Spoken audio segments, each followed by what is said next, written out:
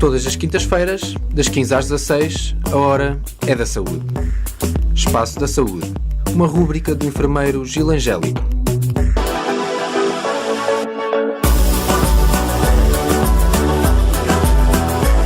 É isso mesmo. Espaço da Saúde vai iniciar agora mesmo. Hoje com o tema segurança alimentar, mas antes passo a cumprimentar Gil Angélico. Olá, muito boa tarde. Olá Carla, olá a todos aqueles que nos ouvem através da Rádio Onda Livre. Sejam bem-vindos a mais um Espaço da Saúde. É isso mesmo, e também hoje como convidada especial temos a Cristiana Braz, a quem eu passo também a cumprimentar. Olá, muito boa tarde. Olá Carla, olá ouvintes da Rádio Onda Livre. Nervosa, Cristiana? Um bocadinho. Um bocadinho, isto não dói nada.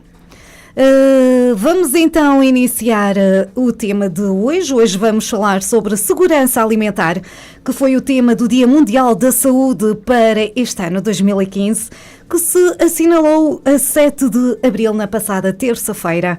Portanto, faz todo o sentido abordarmos este tema, não é verdade, Gil? É isso mesmo, Carla. Realmente o tema da segurança alimentar tem estado no nosso dia-a-dia e tem sido bastante falado, uma vez que foi o tema então do Dia Mundial da Saúde. E a higiene e segurança alimentar realmente constituem uma prioridade no dia-a-dia de cada um e de um vasto conjunto também de atividades e de instituições que lidam e manuseiam este tipo de géneros. Além disso, hoje, mais do que nunca, a segurança dos produtos alimentares constitui também uma preocupação aos olhos dos cidadãos, aos olhos dos consumidores, que realmente cada vez mais estão alerta para a segurança, a qualidade dos produtos. E também das entidades responsáveis, não só pela fiscalização, como é a Autoridade da Segurança Alimentar e Económica, a ASAI, conhecida de todos, e que realmente também está cada vez mais alerta e mais desperta para a fiscalização das entidades responsáveis dos géneros alimentares e da condição também para a proteção e o reforço da proteção dos consumidores. Deixa-me que te diga, Gil, que realmente é muito importante sensibilizar as pessoas para os perigos da sua alimentação. Não só a importância do equilíbrio nutricional que tantas vezes é falado, mas também para a preparação de alimentos de uma forma higiênica. Sim, sem dúvida alguma. Sem dúvida alguma, não é? Realmente temos que ter estes cuidados e nós saímos à rua para perguntar a algumas das pessoas, aquelas que nos quiseram dar o seu testemunho. Também para termos uma noção se as pessoas sabem realmente o que é a segurança alimentar. Obtivemos algumas das respostas bem interessantes, não foi, Gil? É isso mesmo, mais uma vez foi bastante divertido irmos à rua, falarmos com a população e obtemos respostas, algumas das quais com que não contávamos, mas que realmente é importante nós percebermos a opinião e a ideia que as pessoas têm sobre o que é a segurança alimentar. Vamos então ouvir. Vamos a isso.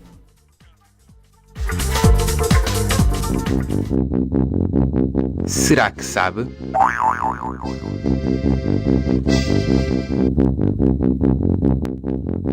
Sabe o que é? Não comer sal, por exemplo, açúcar também para os diabetes e comer muito como é que é? Legumes, leguminosas, comer muito, pronto, é isso. Eu gosto de sopa, do seu paladar. Eu gosto de sopa, ao almoço e ao jantar. É segurança alimentar, ter cuidado com os alimentos, ter cuidado com a limpeza e com águas próprias e com a secagem das mãos e tudo. Pois é, como podemos então constatar, ainda existem algumas dúvidas sobre a segurança alimentar. Não é verdade, Gil? a maior parte das pessoas até acaba por relacionar a segurança alimentar com uma boa alimentação e não com a qualidade dos produtos que estão a consumir. É isso mesmo. Passamos então para mais uma questão. O setor alimentar tem um grande impacto económico, certo? Por isso é importante regulamentar e fiscalizar o mesmo, Cristiana. Sim, sendo que um dos setores de atividade económica com maior impacto junto do consumidor é, sem dúvida, o setor alimentar, visto que a oferta não para de crescer, até porque à medida que existem maiores trocas comerciais, aumentam e é exigida uma maior qualidade pelo comprador. Sendo assim, as empresas produzem, manuseiam, fornecem e distribuem bens alimentares. reconhecem assim uma necessidade cada vez maior de demonstrar e documentar as condições de controlo, ou seja, a segurança alimentar de modo a garantir uma maior qualidade, sendo assim que é imprescindível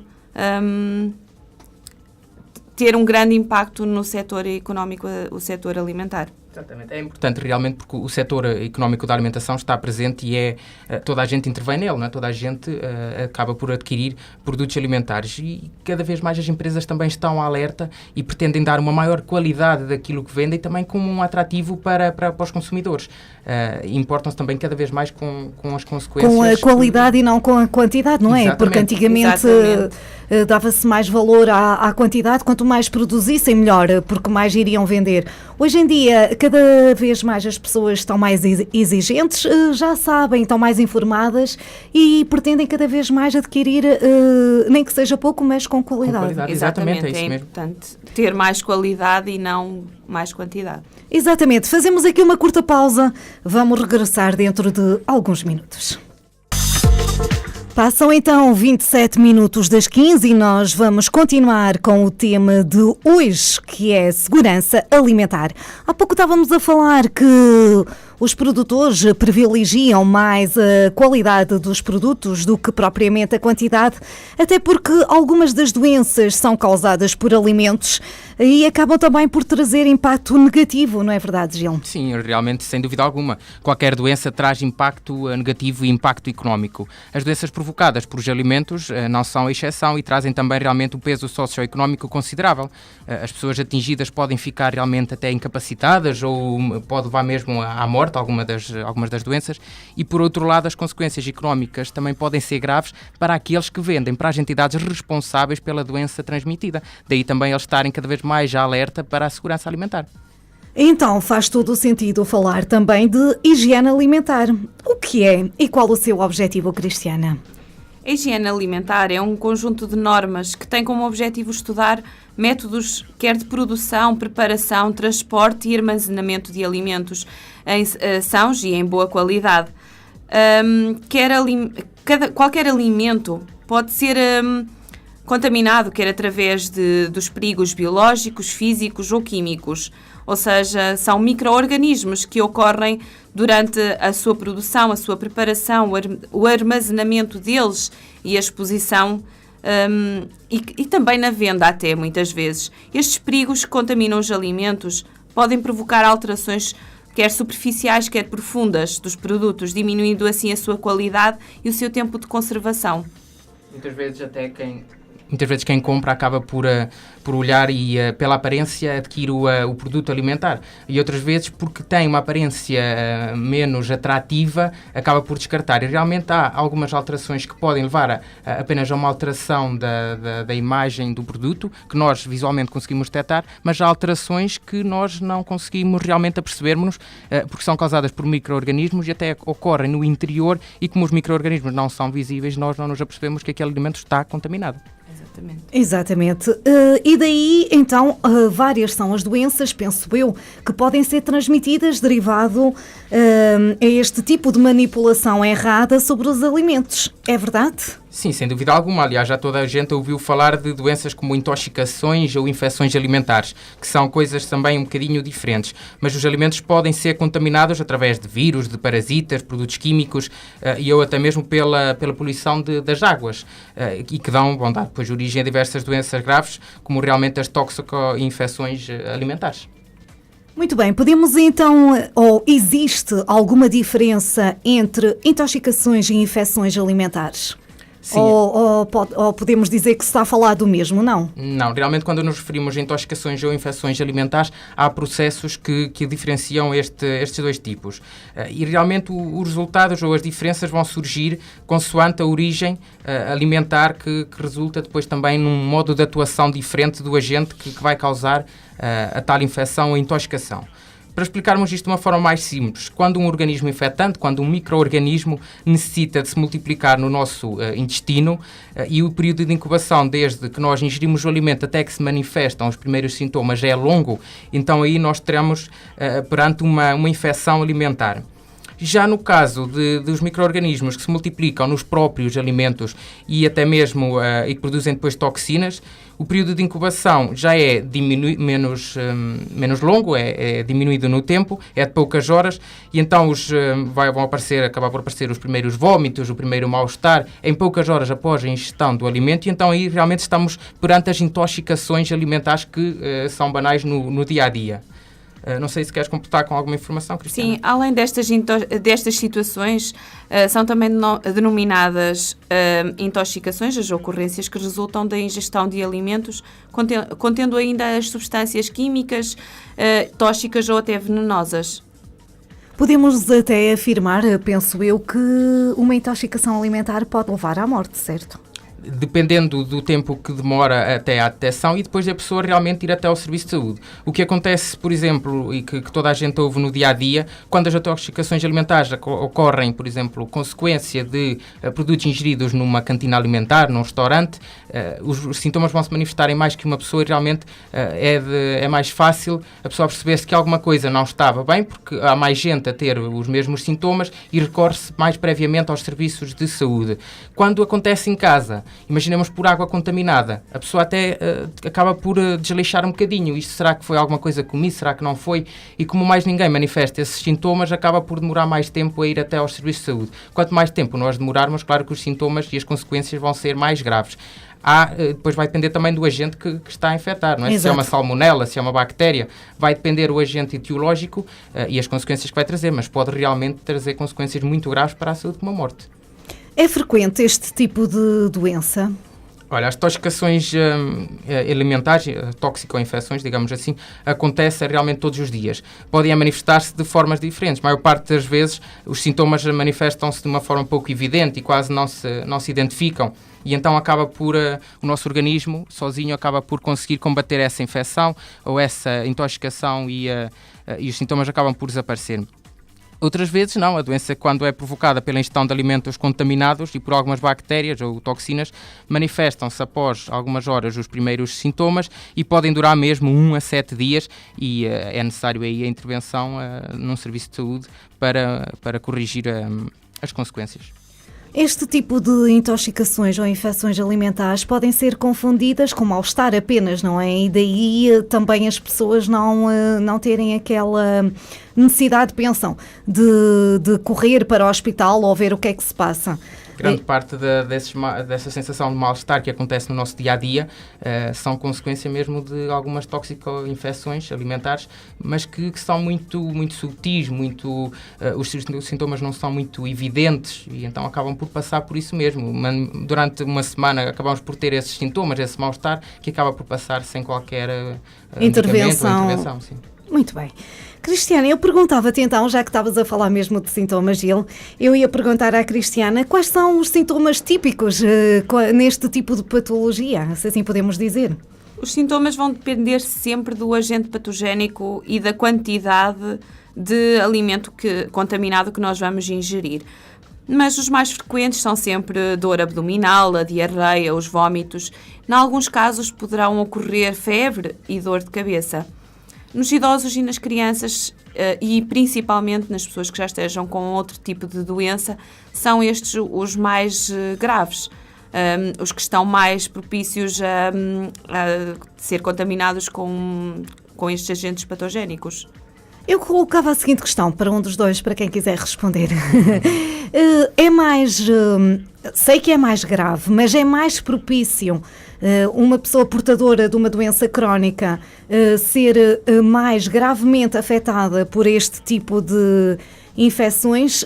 Se calhar todos nós nos questionamos, será mais propício isso acontecer? Sim, muito mais, até porque as defesas dessas pessoas estão muito mais em baixo. Como nas crianças e nos idosos, as defesas deles estão sempre muito mais fracas. E daí ser mais propício Exatamente. a que estas patologias ocorram até com uma intensidade diferente, não é? Exato. Basta nós pensarmos que as crianças ainda estão a criar as resistências e muitas delas só são criadas quando são expostas a primeira vez a um agente etiológico, um agente que causa alguma doença. E no caso dos idosos, as defesas já estão diminuídas e então estão mais suscetíveis a este tipo de patologia. Qualquer tipo de infecção, aliás, nós temos visto nos nossos programas que a maior parte das doenças são mais comuns e são mais propícias nestas faixas etárias. Além disso, os doentes, claro, aqueles que já estão por consequência de outra patologia com as defesas em baixo, então aí também realmente mais facilmente são afetados por outros agentes exteriores. E devem ter um cuidado especial, sempre que sintam sintomas diferentes, devem realmente dirigirem-se ao médico de família ou então, sei lá, até mesmo à farmácia, falar com o farmacêutico, expor realmente os sintomas que estão a sentir, até porque são pessoas mais debilitadas e necessitam realmente de uma atenção especial. Sim, realmente as pessoas têm que recorrer, principalmente a estas faixas etárias, mais aos cuidados de saúde primários, mais aos centros de saúde, porque o que acontece é que as pessoas acabam por desleixar um bocadinho o aparecimento de sintomas e quando recorrem aos serviços de saúde já vão ter que optar por um serviço de urgência porque a sua condição de saúde já é mais grave. Então o que é que devem fazer? No aparecimento dos primeiros sintomas, realmente, quando ainda se sentem com alguma força, irem até aos cuidados de saúde primários, irem falar com o enfermeiro de família, com o médico de família e perceber o que é que está a acontecer. Porque realmente vamos prevenir que as consequências sejam mais graves. Exatamente. E quais são, já que estamos a falar, quais são as principais fontes de contaminação dos alimentos? É importante realmente percebermos quais são as fontes de contaminação para depois podermos, então, prevenir e diminuir essa fonte de contaminação.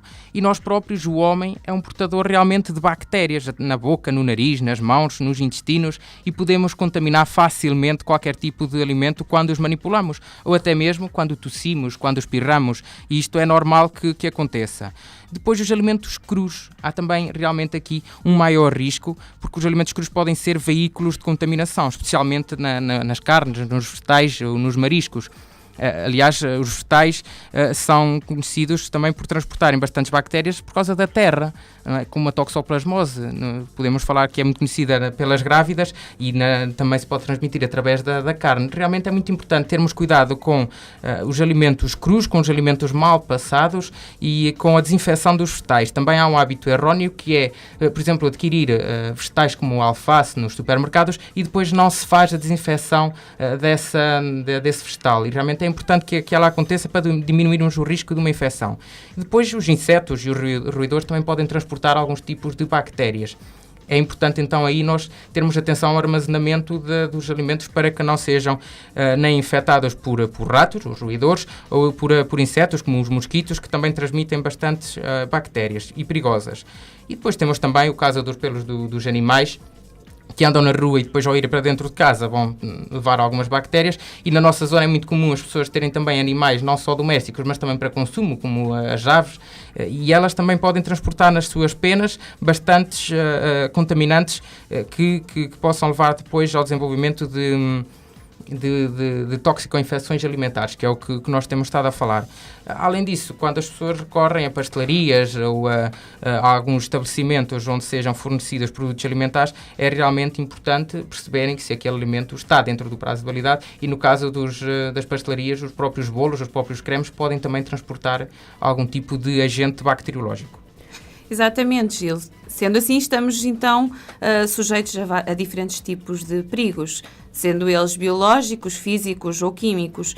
Os biológicos serão então aqueles micro-organismos como as bactérias, os fungos, os vírus. Talvez o mais comum que normalmente se fala mais será a salmonela. Estes são então responsáveis pelas principais causas da contaminação dos alimentos e causadores então das toxicoinfecções alimentares. Os perigos físicos serão aqueles corpos estranhos que, por vezes, até na confecção dos alimentos ou até quando eles ainda estão nos supermercados ou nos hipermercados, como os pedaços de metal ou borracha ou plástico que irão contaminar durante o seu processamento ou produção o produto. Temos ainda então os perigos químicos, que serão então os herbicidas, os detergentes, os óleos lubrificantes, o mercúrio, que desde o momento da sua produção até ao consumo dos alimentos poderão contaminar os alimentos que nós iremos consumir. Então eu colocaria a seguinte questão, e de certeza quem nos está a ouvir também deve estar a pensar o mesmo que eu. O Gil há pouco referiu até mesmo o alface, deste como exemplo o alface, e eu vou pegar mesmo nesse produto que devia ser desinfetado antes mesmo de ser consumido. Sim. Uma alface desinfeta-se com vinagre, por exemplo? Exatamente, tão simples quanto isso. O facto de colocarmos a alface em vinagre, e eu não digo apenas em vinagre, não é? Mas colocamos, por exemplo, num recipiente, água, colocamos a alface dentro e assim vamos juntar um pouco de vinagre, exatamente, um pouco de vinagre, e deixar permanecer durante cerca de 15 minutos. Com vinagre convém que seja mais tempo. Há quem o faça até com lexívia. Aí é preciso ter mais cuidado, realmente, mas adicionarmos 2 gotas de lexívia pode também ajudar na desinfecção. Mas o que nós aconselhamos realmente é a utilização do vinagre que toda a gente tem à disposição. Até porque também serve de tempero e já vai assim meio. Já vai meia temperada. É ainda importante também lavar com bastante água corrente. Deixar a própria água, depois lavar para tirar ainda alguns restos que existam ou de terra ou de outros micro-organismos que estejam a contaminar. Exatamente. E a Cristiana falou da importância de quando se faz as compras nos supermercados, hipermercados, ou de ter atenção às datas de validade. É realmente muito importante todos nós termos essa atenção. Porque, principalmente nos laticínios, não é? Pode ser muito perigoso a gente estar a consumir iogurtes ou o que seja fora da validade. Por algum motivo existe uma data nos produtos. Exatamente. Por algum motivo a validade está lá e eles acabam por se estragar, não só pelos agentes físicos que existem da temperatura e isso tudo, mas também acabam por... os iogurtes, por exemplo, levam algumas bactérias para nós podermos consumir e elas também têm um prazo de validade. Exatamente. Por isso, si que nos está a ouvir, já sabe, estes são os cuidados a ter. Fazemos aqui uma curta pausa, depois vamos falar de algumas medidas preventivas. Até já.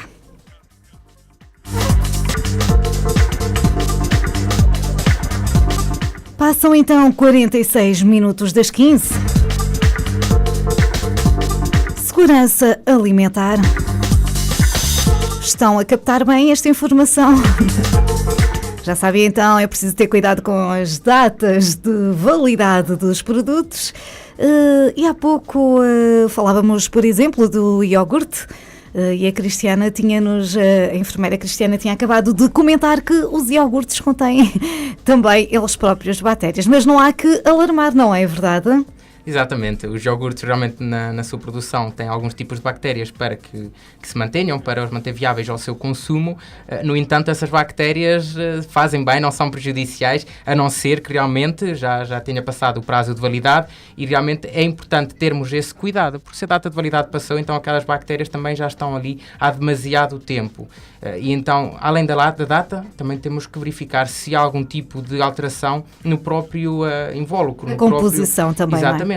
Se, por exemplo, nos iogurtes sólidos, a parte de cima, a tampinha, a película que nós retiramos, estiver levantada, digamos. Exatamente. Quer dizer que já houve ali algum tipo de fermentação das bactérias que libertou algum CO2 que vai realmente pôr aquele produto em perigo, digamos. Exatamente. E então é importante nós verificarmos não só as datas de validade, mas também realmente as condições do produto. Se estiver assim, é um alerta, mesmo que esteja dentro do prazo, até pode acontecer, é um alerta para nós não consumirmos aquele iogurte, porque até pode ter sido armazenado de forma errónea, não é? Exatamente, sem dúvida, é preciso termos então esta atenção que é para não colocarmos a nossa saúde em perigo. Exatamente.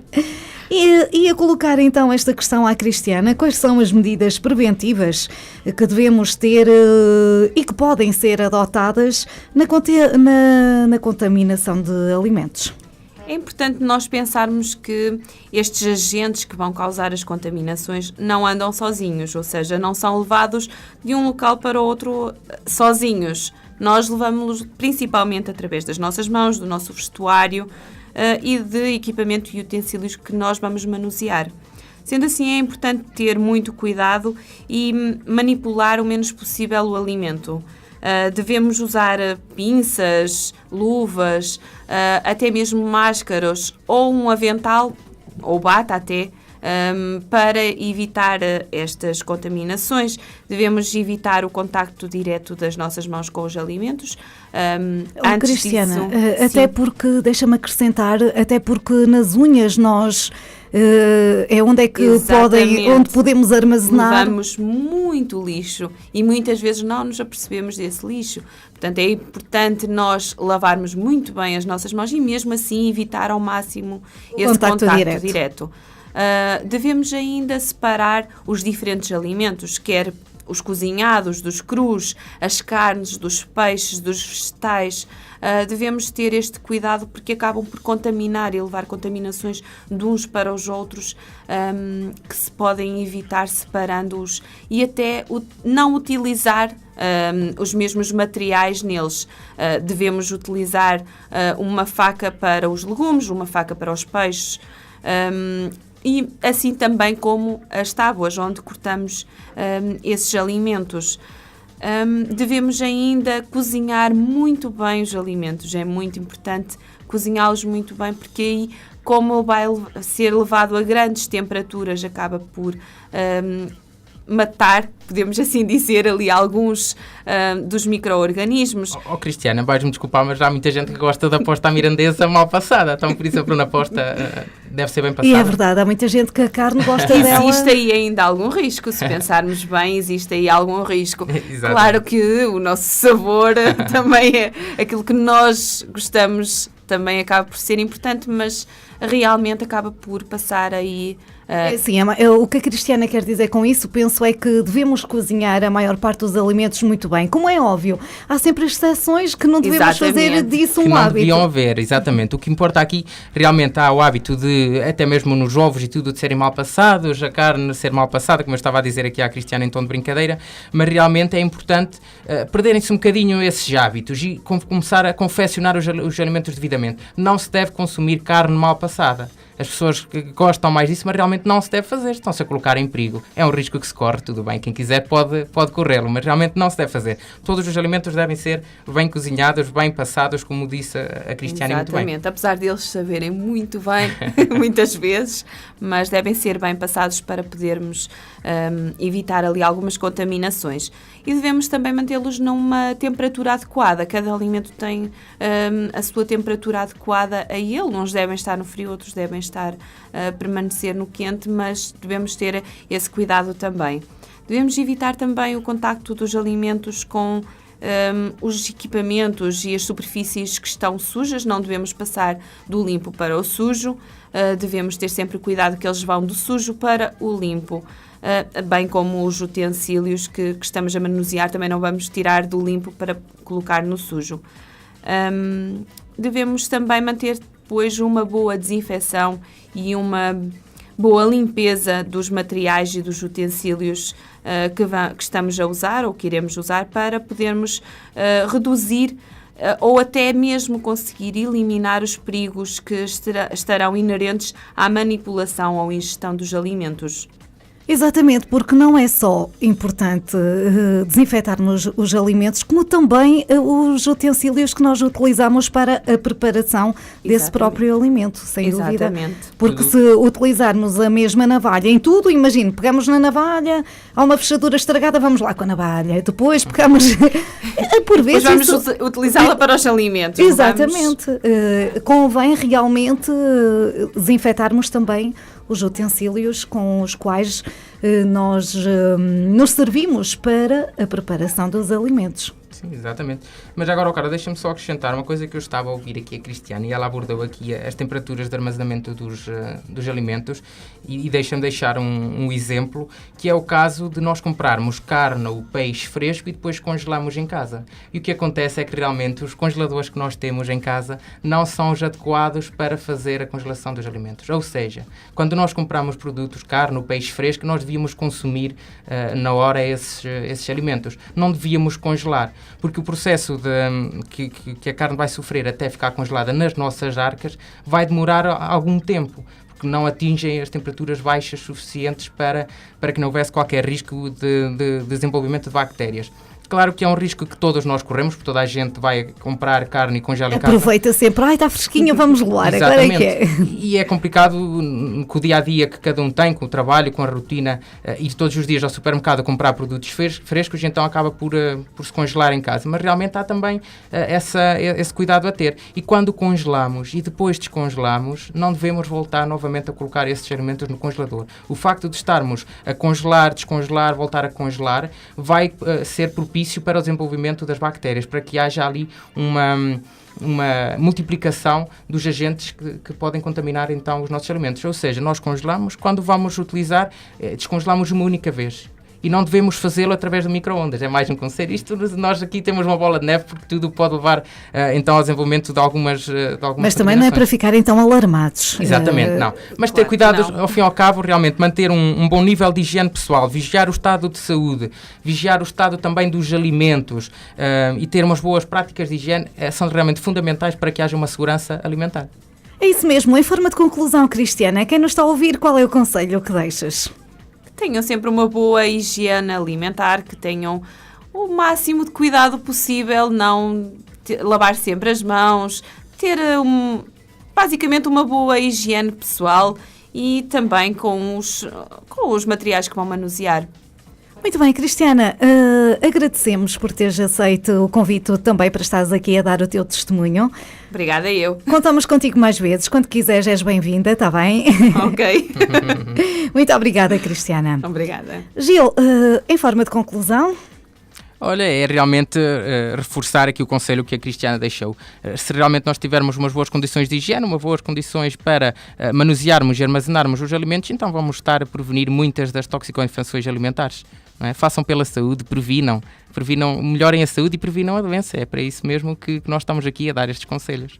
É isso mesmo, Gil. Nós, para a semana, quinta-feira, cá estaremos de novo com mais um tema que ainda não vamos revelar. É verdade, nós já temos aqui qualquer coisa pensada, mas, no entanto, mais uma vez desafiamos todos os nossos ouvintes a deixarem as suas sugestões no Facebook da Rádio Onda Livre ou através do meu Facebook pessoal, Gil Angélico, ou da Carla Miranda, para nós. E qualquer dúvida que tenham também podem deixar e nós esclarecemos. Mas façam as vossas propostas de temas e nós iremos ao vosso encontro, às vossas necessidades. Deixa-me agradecer também aqui à Cristiana Braz, à enfermeira Cristiana Braz, por ter aceito o desafio e contamos consigo mais vezes.